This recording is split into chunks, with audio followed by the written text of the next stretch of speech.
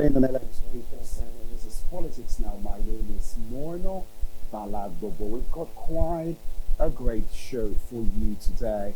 And this time around, we will be focusing on some of the shockwaves that President Donald Trump has been giving the whole world just right there with his executive orders. You know, he wakes up today, it's one thing, tomorrow it's another thing.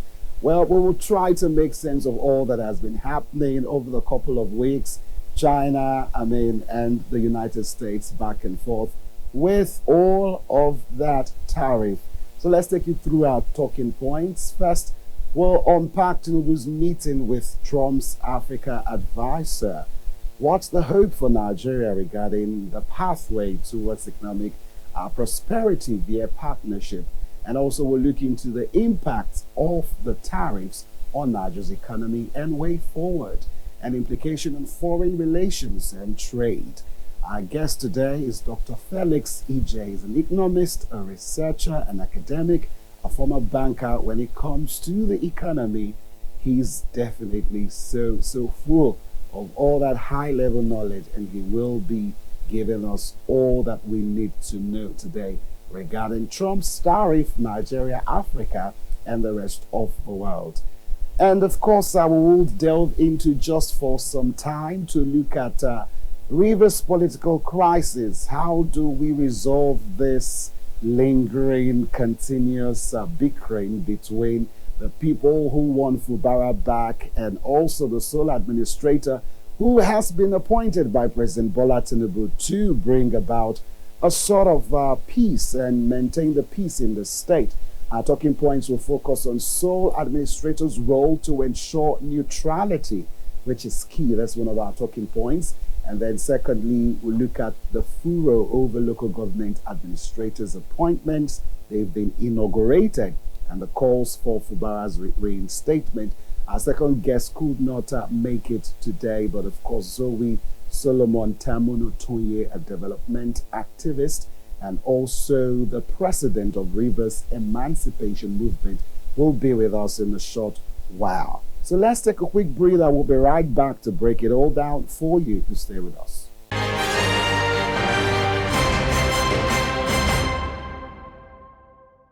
So let's start from the world scene, where two largest economies have been locked in a fast-moving, high-stakes game of brinkmanship since U.S. President Donald Trump launched a global tariff assault that particularly targeted Chinese imports.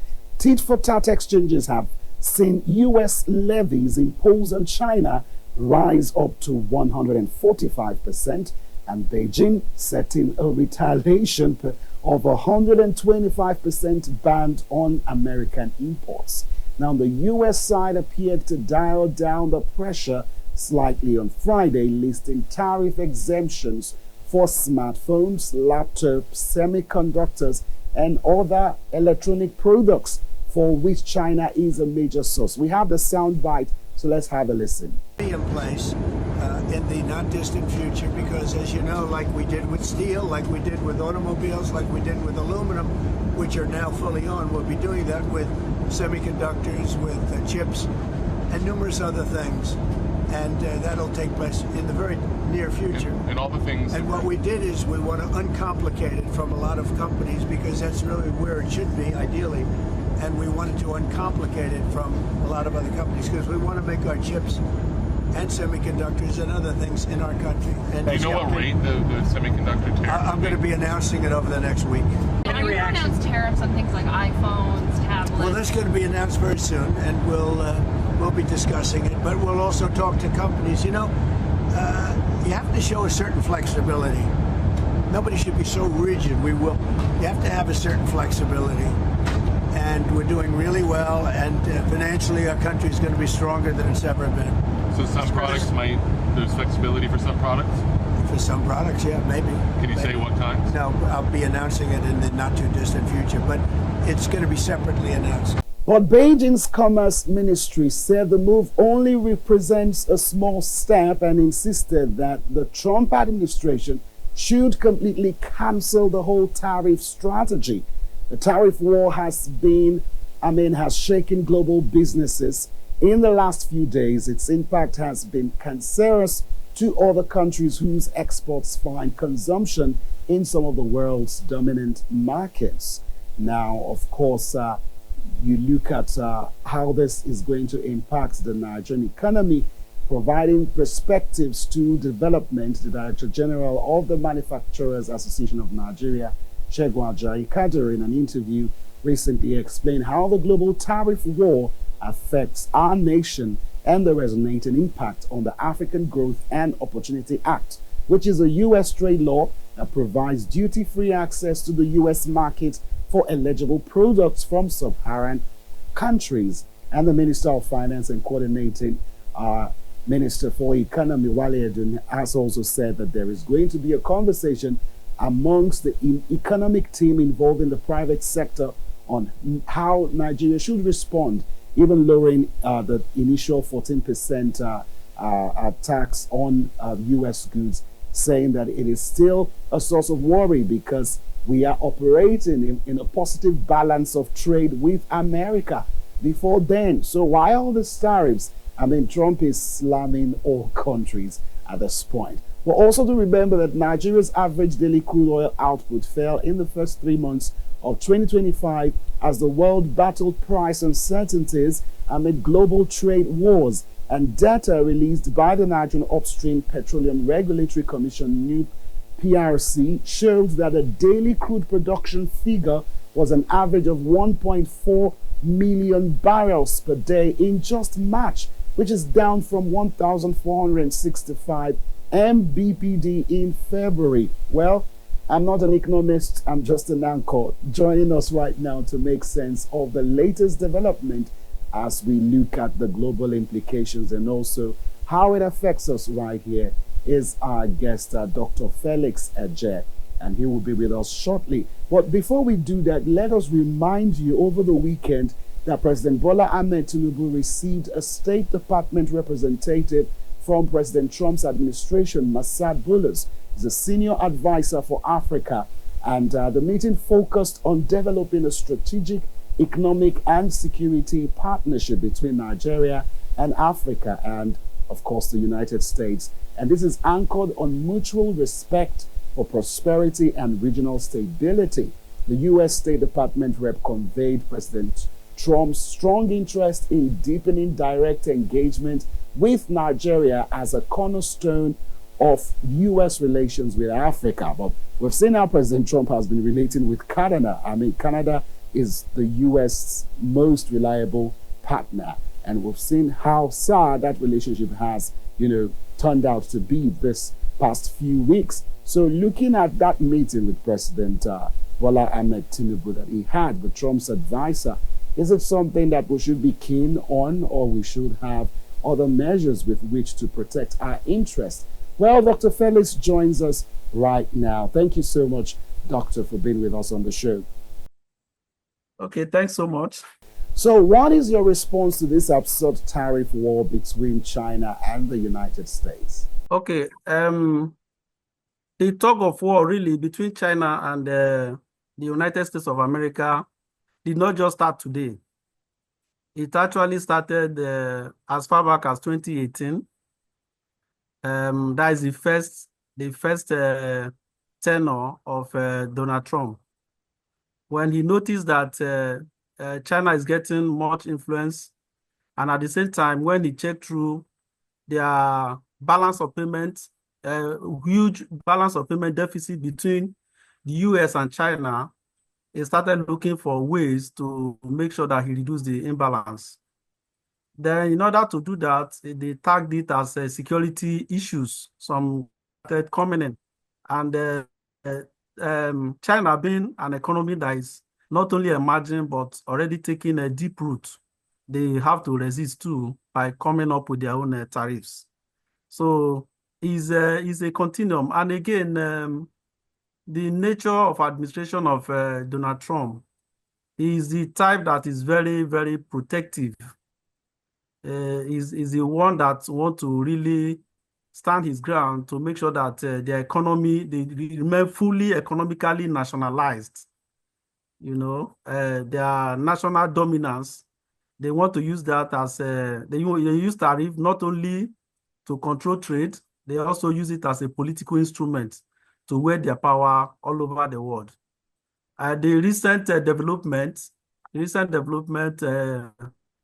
the very high, unexpected, trade discouraging tariff given to goods from China, which is over 125%, which of course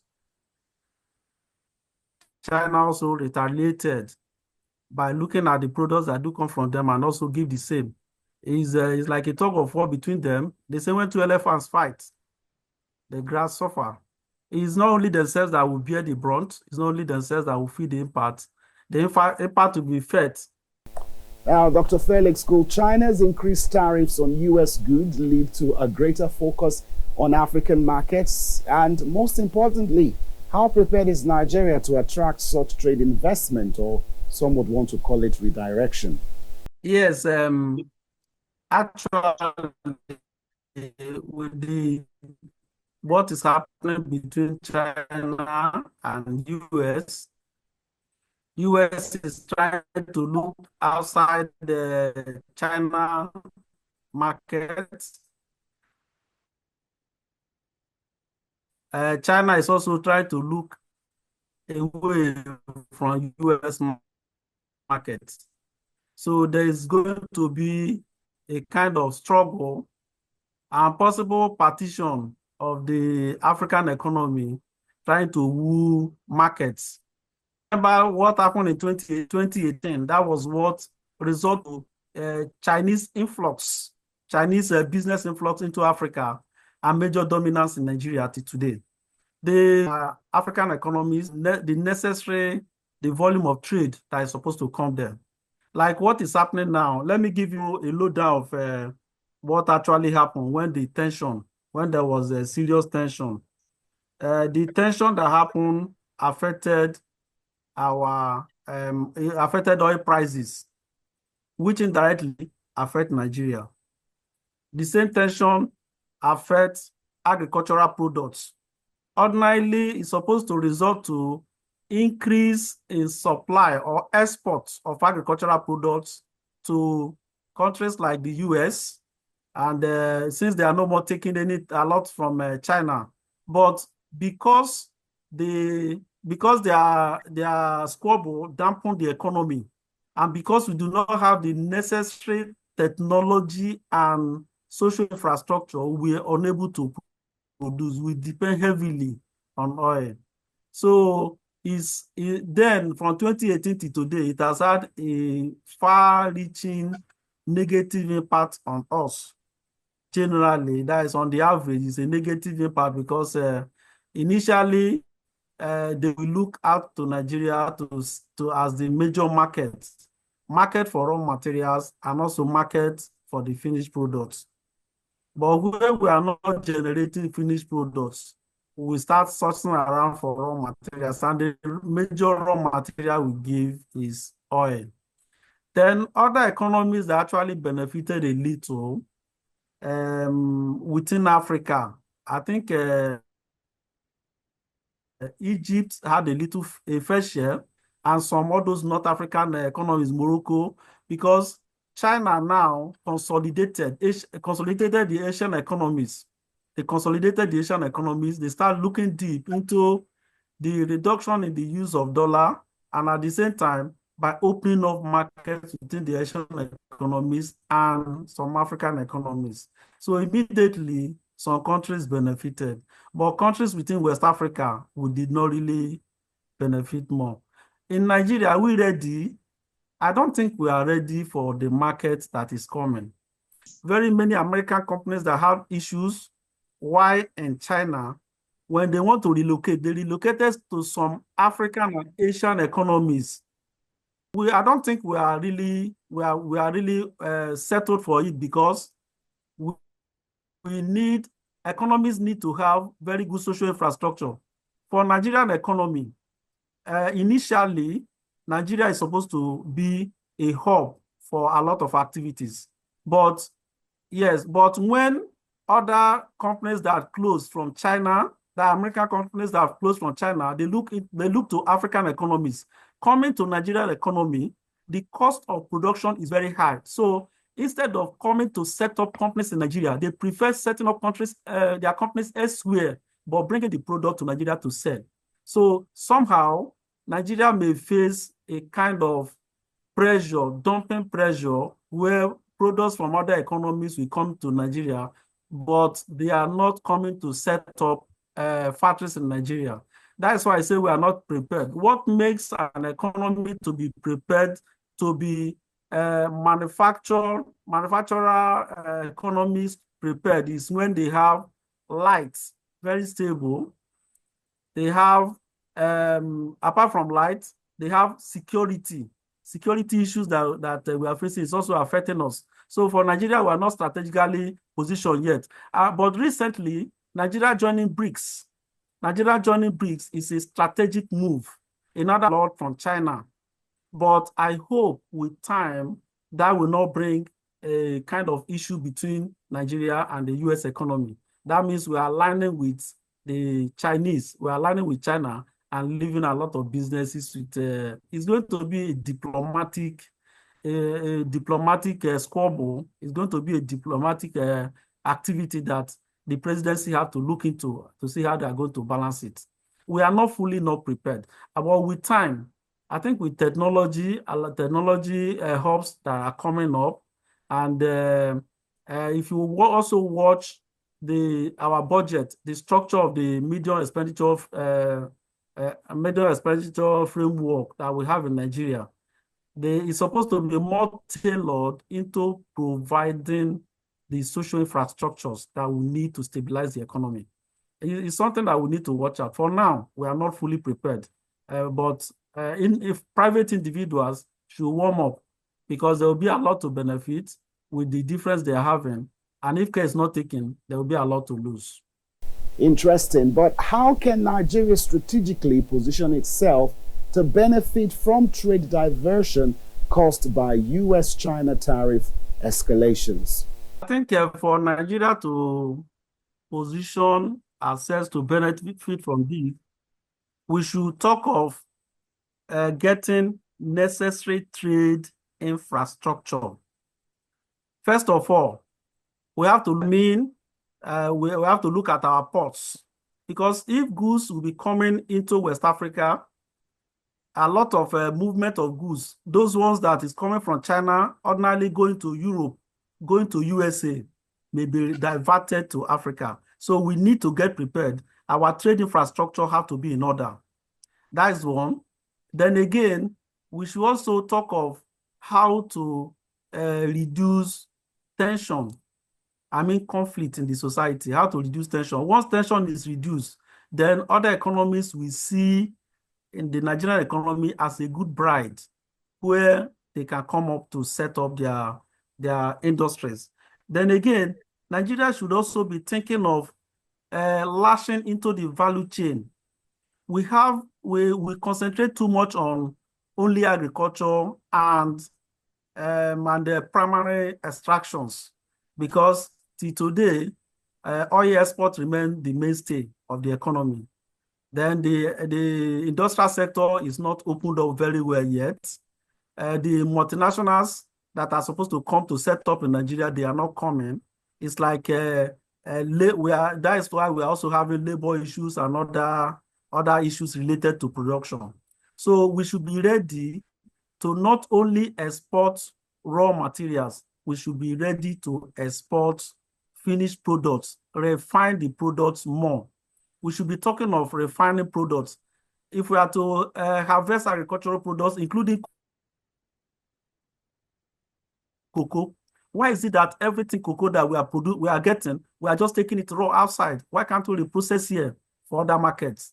Then you talk of the oil. Then we should not be talking of dreaming of crude. Thank God for Dangote that is here with us now. But we should also tidy up with Dangote so that we'll be able to give out to other economies. Then you also talk of the iron and steel.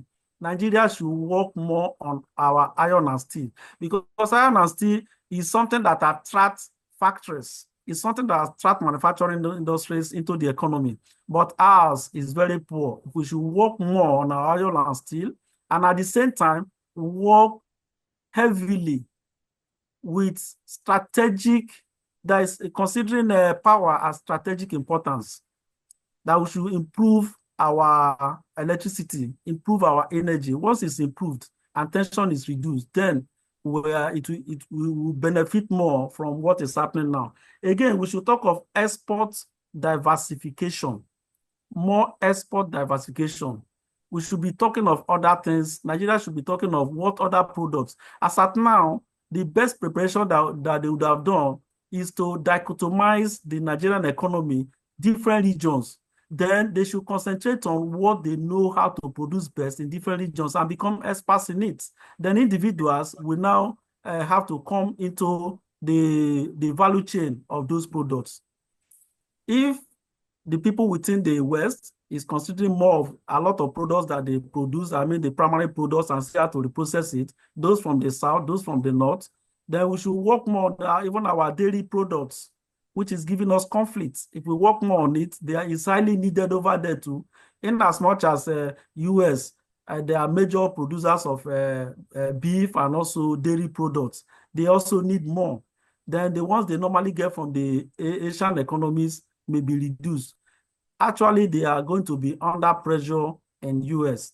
If we don't work fast, prices of goods and services will skyrocket in Nigeria, especially once they start coming and it's being affected by exchange rate pressures. So again, Nigeria should work on our trade policies. Our trade policies. How many days does it take a product that comes from other economies through the sea to batch and also to get to the table? So we should reduce the bureaucratic activities around our clearing system. We should reduce problems of registration, make doing business a very beautiful one for anybody to come into Nigeria to do business. I think with that, we'll be prepared. All these things I mentioned, none of them should go into long term, into long period, within 1 year, 2 years, just to restructure and re-strategize, realign our budget for this year so that we will start preparing for activities to come. We missed it before. 2018, we were not prepared. We had a hard knock on our head. But now we should be prepared, not taking the US as a bride and also not taking the China also as a major bride. I'm so happy you talked about, the market in terms of the Naira. But how might fluctuations in global currency markets also trigger trade uncertainty? That's bound to happen. But how will it affect the Naira, Doctor? Yes, there is no global interference in currency that does not affect Nigeria because we are highly dependent on other economies. It will have impact, but that impact will be reduced or controlled if we start producing more and exporting. If we start producing more and exporting, once we have a balanced system, then it will reduce. It will have, if what is happening now, if Nigeria Naira can remain stable for some time, then it will not be dampened by speculations. The major problem we have in Nigeria is problem of speculation. It's because when our exchange rates become high, then most of them is attributed to speculation, not because of trade and trade practices. So once it's known that Nigeria currency is getting stabilized, then businesses will pick up. It will cause a release of funds to the economy because a lot of people are trying to hide their funds or take their funds to foreign currencies, taking the US dollar, the other currencies as a hedge against inflation. So that also affects businesses. It affects the service sector. It also affects the industrial sector. So it will always have effect on us. But if we keep on the right track, on the right path, very soon our system will be better stabilized. Quickly, let me take you back to that meeting that President Tinubu's spokesman, told us last week that there was this meeting they had with Trump's advisor in France. Do we see sincerity on the part of the US government at this time, talking about these engagements with Nigeria? If Trump is, not playing by the books, how can we rely on the Trump administration to secure Nigeria's best interests? Before I answer that, let me take you back to what happened between USA and Canada. When USA gave their knock on Canada, the president of Canada, their economic advisors, they were not perturbed because they know what they've done. Over time, they bought a lot of shares. They've invested heavily in the US. So eventually, when this thing happened, they were not disturbed. When Trump started threatening, then when they started coming up with a lot of tariffs, themselves also have to retaliate. Apart from the retaliation, they moved a lot of the bonds, a lot of the securities that they have. They went to market, they flood the market with it, and also woo other economies to join them. That automatically and immediately started affecting the US. It did not take time before Trump give a 90-some day suspension. That means if you are in an economy where you are not prepared for any shock, then when they give you shock and you feel it, then they will give you more. We should not depend on all those diplomatic activities. When you discuss with an economy, then you go back to discuss, to think of how you benefit from the discussion. You don't expect any economy to bring fund, to flood fund for you for use, or to come and give you what you are going to benefit from. There is no smoke without fire. There is no way we benefit when we are not ready. So our presidency should not see that way. They should sit back and see how Nigeria should improve in our production activities. We should improve in what we can offer to US to hold them down. If not, when they offer, by the time there is pressure, they can withdraw back. That's the way I say it. Now, away from what the US government has to offer us, Dr. Felix, how can Nigerian policy makers leverage this global trade distribution to push for industrialization, which I think is much needed? That's what export is all about, basically. But most importantly, to reduce over-dependence on our oil exports. Doctor, what's your thoughts? Like I mentioned earlier, the policy instructions in the economy, we should be thinking of what is obtainable now and what we are looking at. We should remove our major focus on having a lot of our income from oil. We should be talking of how to open up our system. First of all, there will be a problem with agriculture and agricultural products because of the war. America is going to need more. America is going to need more agricultural products. Then the ones withdrawn from China, they will expect to get it from Africa. So we should be talking of opening up. The policies may include policies that can expand our agricultural production, policies that may expand manufacturing in Nigeria, and apart from that, policies that will enhance technology. The use of, that is the current trend in technology, or how to use technology to boost our output, to boost our production activities. And all these things has to go with education and training. China is able to wedge all this pressure because over the years, China has been training. Every year, China was sending almost 1 million youths to US, to UK, to everywhere to train. After training, they will bring them back to China. And now China can boast that they are industrialized. So if they are doing that, Nigeria, how well are we doing? The ones we are training, are we retaining in Nigeria? What are those things that we need to do in order to retain Nigeria well-trained hands that are all over the world, shining all over the world? What do we do in order to bring them back to Nigeria so that they can help in the economy?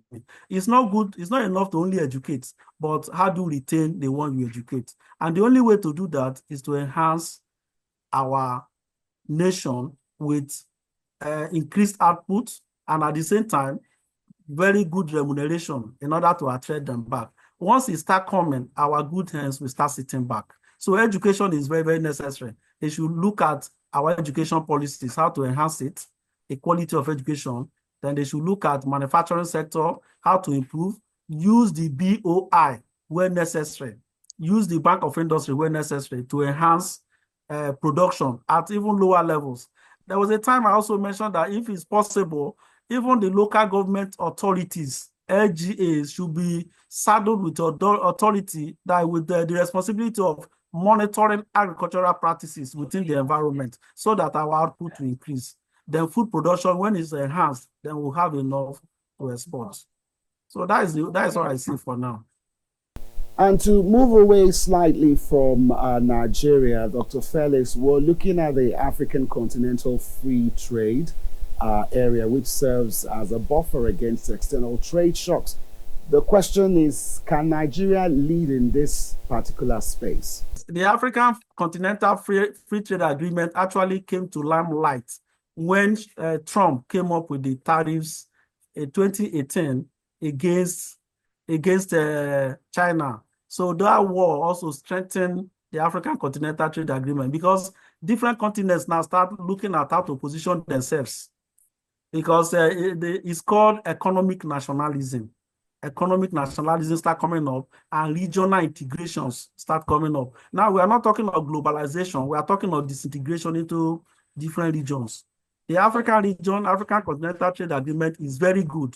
Nigeria is a very big market and Nigeria has resources. Human resources is there, then we have other resources. How can we lash into this? How can we actually do it? Then if Nigeria should position themselves very well, we will have the markets, other markets within African economy. We'll have the market. We need to position ourselves in order to benefit from it.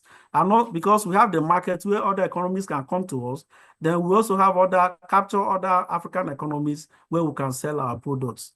I think it's good for Nigeria to consolidate more with the African Trade Agreement and the benefit that will come from that. You never can tell what will come up the next year or next years to come. Remember that recently, China is trying to pull out from the use of even dollar. They have developed their own monetary system, and those monetary systems seem to work faster and better. The renminbi, that is their own currency, is likely going to become dominant in Asian economies and a lot of African economies. Then African economy, what are we doing? Do we have a unified currency? Even the ECOWAS, do we have one? Is there any organized body in Africa that we can depend on in order to enhance our trade and our activities? I think Nigeria should be the lead. They should follow up, be the lead, show other economies, and also put in their best in order to benefit from it. African Continent Free Trade Agreement is a very good one for this period, and it's something that they should consolidate them on. Well, Dr. Felix, thank you so much for sharing with us, your thoughts with us, rather, on the show. Thank you.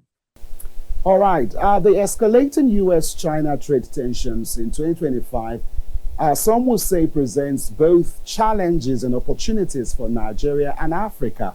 In spite of the economic uncertainty, price volatility, and reduced investor confidence, there is a strategic window for African countries to diversify trade partnerships and also strengthen regional integration through platforms like the AfCFTA for Nigeria's investment infrastructure and also a shift towards a value-added export, which will be key to navigating the evolving global economic landscape. All right, we'll take a quick breather. When we come back, we'll just take a few minutes to look at the latest, matters arising regarding the political crisis over there. Just stay with us. Dr. Zoe is standing by.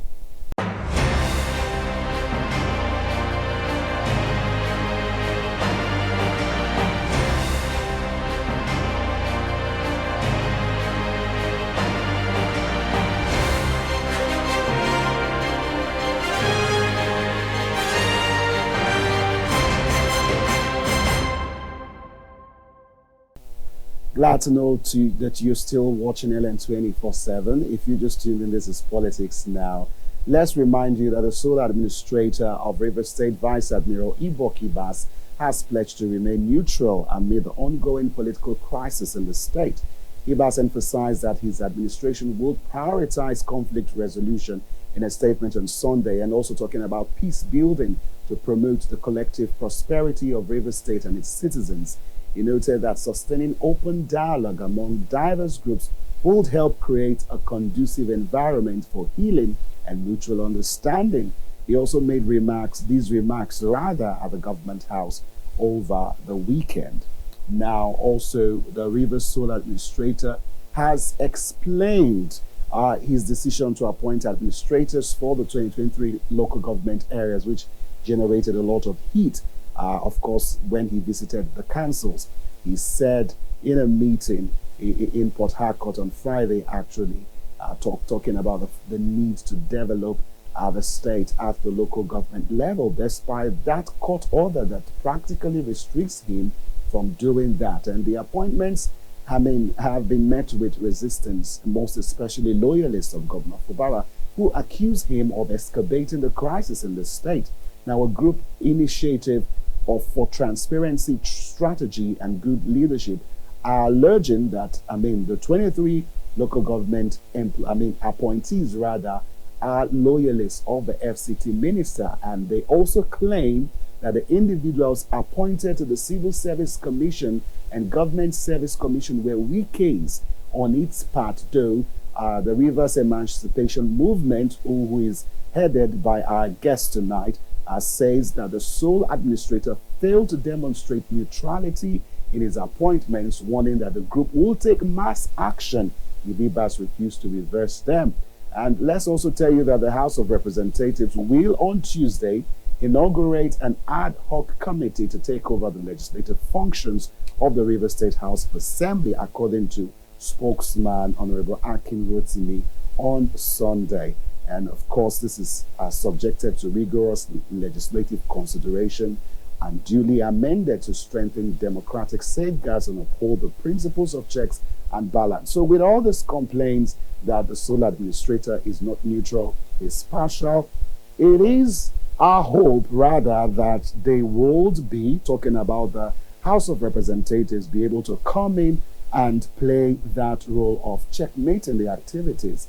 How will that play out, though? A lot of people are concerned. Now, talking about concerns, a group of women staged a protest, on Friday, demanding the reinstatement of Governor Simlaye Fubara and to bring an end to the emergency rule in the state.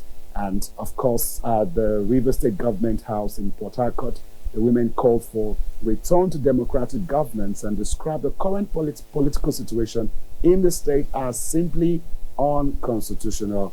Thank you so much, Dr. Zoe Taminoye, for being with us on the show. All right, thank you for having me. Now, we do apologize for your detention by the DSS. We got a press release, from your office. Can you just walk us on what happened and about your ordeal? Because you are one person who's been very vocal about what's been going on in Rivers State. It is very important to correct this impression. I was not detained by the DSS. I was invited and I honored the invitation, and I was treated very fairly and professionally by the DSS official. Concerning my encounter, I wouldn't want to comment on that as investigation is still ongoing. However, let me quickly clarify that the invitation did not originate from the DSS. It originated from a highly placed individual in the state, whom I believe have strong connection with those that are not comfortable with my political views as far as the ongoing political crisis in Rivers State is concerned. So just recently, I had just a brief verbal altercation with the person, and in connivance with some political bigwigs, they put up a very strong petition against me, and that's how the DSS invited me. However, the matter is still an investigation. But I want to also commend the DSS, Port Harcourt. They were very professional. They were very empathic. They listened to my own response to the allegations. They were very nice to me. There was no harassment, no intimidation whatsoever. I think they acted very professionally, and I appreciate that. So let's get down to the issue of neutrality, Dr. Zoe. I'm aware of your history with the sole administrator. I mean, you once told me that you know him, you schooled one time back in the day. But I mean, it's a different ball game right now. He is the sole administrator of the state. So what's your take on this issue of neutrality? Do you think he's been unfair? Yeah, the issue of the appointment of local government administrators by the sole administrator in Rivers State has raised the question of our constitutional democracy, the rule of law, and institutional integrity. This is because, legally speaking, in a democracy, court orders are binding on individuals, institutions, especially the three arms of government. Therefore, any individual or institution that is acting in defiance to court orders, as in this case, is only creating anarchy, and that is a bad precedent, and setting a bad precedent as far as our judiciary and democratic governance is concerned. Politically speaking, it has gone to show the lack of neutrality and biased position of the sole administrator. His action in appointing sole administrators at this critical time and the kind of appointment, the personalities he has appointed, has gone to betray his claim of being a mediator and carrying out reconciliation in the crisis. Because you cannot be a mediator in a crisis of two fashion and you are beginning to take side with one fashion. You cannot be an unbiased mediator in such a situation. Now, the question to ask the sole administrator is, how did he come about these appointees? Because the list of appointees is filled with former Governor Nyesom Wike's political allied and loyalists. For instance, the sole administrator of Faga, what's that his name, sir? Dr. Sam Kalagbo, with due respect, is a non-core loyalist. In fact, if you ask Dr. Kalagbo in his private, he will tell you after God, Governor Wike is his next God. How will you appoint such a person into the governance of the state when there is a crisis? What do you expect the Fubara faction to look at you? How do you expect them to look at you? So it goes to show that the sole administrator in Rivers State is unbiased, is not neutral, and we will not accept it. Now, the Rivers Emancipation Movement, 2 Saturdays ago, had its national caucus meeting to review the situation alongside the emergency rule in Rivers State. And we discovered that the head of this emergency rule is from Cross River. It's not a Rivers indigene. The chief of staff is a Northerner. I think it's only the SSG, the secretary to the state government. What's this? Professor Iworika. That is a Rivers man. So we considered non-Rivers people sitting on the finances, the resources of Rivers State for more than one day. So we are beginning to readjust our position that we are not going to give room for the non-indigenes to take charge of our affairs. We cannot continue to stay under martial law. And so REM is coming up with the position that we are going to partner with this sole administration.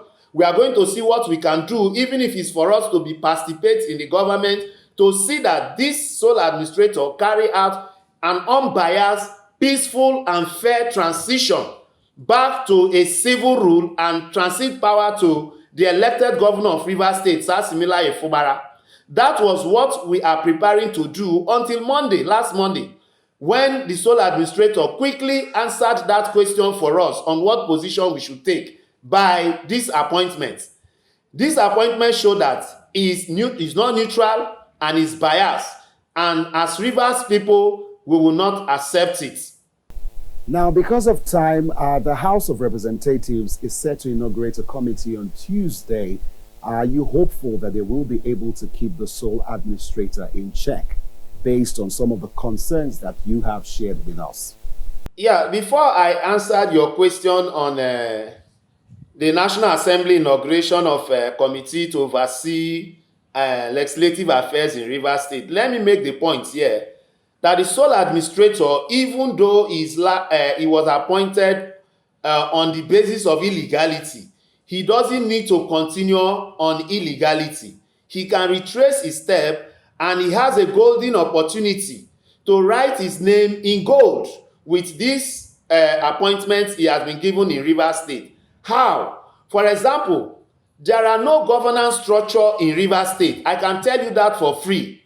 Whether in the previous administration of Nyesom Wike or in the current administration of Governor Simila Efubara, Rivers State does not have governance structure. What we have is some individual political sons and political daughters.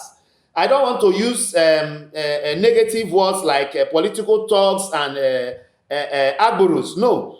But these are most of the people in governance position in Rivers State are people who have used their political position to go and get degrees, part-time degrees from the state university, and it has positioned them to acquire political offices. So there are no governance structures in Rivers State. So this sole administrator can use this opportunity to mobilize the best brain. And that's why I was asking, where did he get these people from? Because if he truly wants to be neutral and unbiased, he has the opportunity of engaging the people, engaging traditional rulers, the youth body, the women, and most particularly, as far as this emergency rule is concerned, the academias.